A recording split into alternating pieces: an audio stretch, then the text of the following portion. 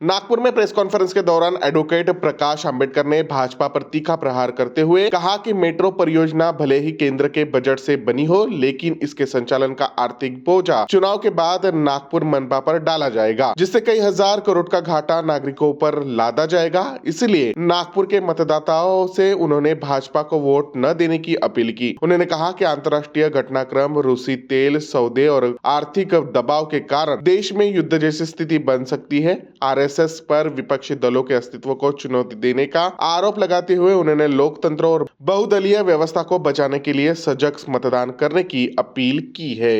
हे जे 44,000 कोटीचा नफा जो आहे तो भारतीय तिजोरीत जात नाही, तो रिलायन्स कंपनीकडे जातो अशी परिस्थिती आहे आणि याच व्यवहारातून युक्रेनचं वॉर चाललंय अशी परिस्थिती आहे। येत्या काही कालावधीमध्ये जे आर्मी चीफने म्हटलंय की आपल्याला एका युद्धाला तोंड द्यावं लागेल। भारताचा आर्थिक कणा हा मोडण्यासाठी एका बाजूला पाकिस्तान आणि दुसऱ्या बाजूला बांगलादेश याचा वापर केला जाऊ शकतो।